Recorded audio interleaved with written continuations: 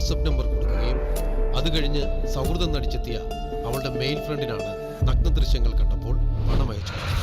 പിന്നീട് അവൻ്റെ സ്വരം ഒരു ഭീഷണിയായപ്പോഴാണ് ഞാൻ സൈബർ സെല്ലിൽ കംപ്ലൈൻറ്റ് ചെയ്തത്.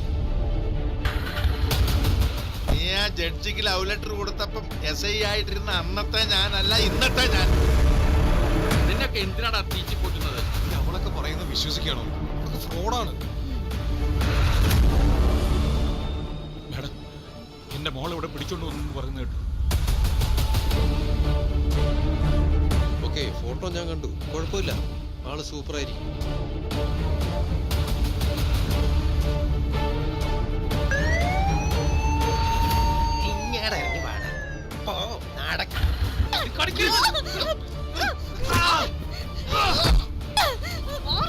നമ്മളെ വേദനിപ്പിക്കുന്ന ഒരു പ്രശ്നവും നിസ്സാരമല്ല.